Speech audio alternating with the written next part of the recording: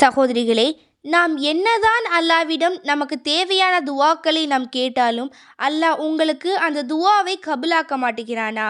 அப்படி இல்லைன்னா, நீங்கள் என்னதான் ஒரு விஷயத்த அல்லாஹ்கிட்ட நான் அழுது மன்றாடினாலும், எனக்கு இந்த விஷயம் கிடைக்கவே மாட்டுக்கு. நான் தினந்தோறும் என்னுடைய வாழ்க்கையில் நான் அல்லாஹ்கிட்ட துவா செஞ்சுட்டே இருக்கேன்.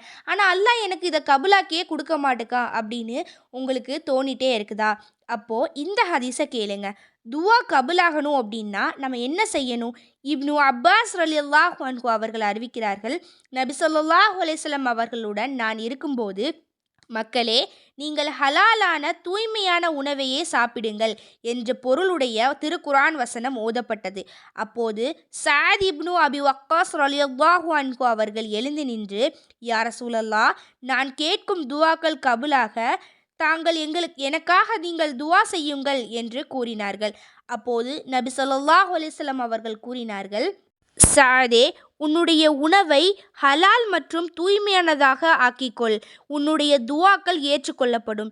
என் உயிர் எவன் கைவசம் உள்ளதோ அந்த அல்லாஹ்வின் மீது சத்தியமாக, எந்த மனிதன் ஹராமான உணவில் ஒரு கவல உணவை உட்கொண்டால் அவனது 40 நாள் அமல்கள் ஏற்றுக்கொள்ளப்படாது. மேலும் எவனது உடல் ஹராமால் வளர்ந்ததோ அவனுக்கு நரகமே சிறந்த கூலியாகும் என்று நபி ஸல்லல்லாஹு அலைஹி வஸல்லம் அவர்கள் கூறினார்கள். இனிமே நீங்கள் துவா செய்யும்போது, நான் ஹலாலான உணவை உட்கொள்கின்றனா, நான் சுத்தமாக இருக்கிறேனா என்று சற்று சிந்தித்து பாருங்கள். ஏனென்றால் இன்னைக்கு நாம் வெளியிடங்களில் அதிகமாக பயணம் செய்கிறோம். அதே போல தான் நாம் வெளியும் சாப்பிடுகின்றோம்.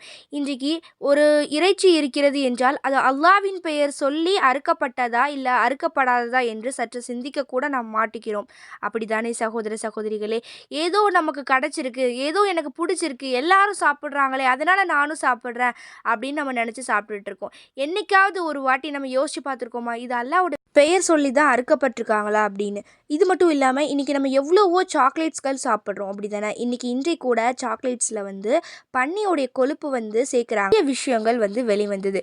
ஆனால் அதெல்லாம் நம்ம தெரிஞ்சு கூட சில விஷயங்களுக்காக நம்ம நம்மளுக்கு பிடிக்குதே, என்னுடைய குழந்தைகள் ஆசைப்பட்டாங்களே, நான் சாப்பிட்டு எனக்கு அதோட டேஸ்ட் எனக்கு பிடிச்சிட்டு அதனால நான் அதை சாப்பிட்றேன் அப்படின்னு நம்ம சொல்லிகிட்டு இருக்கோம்.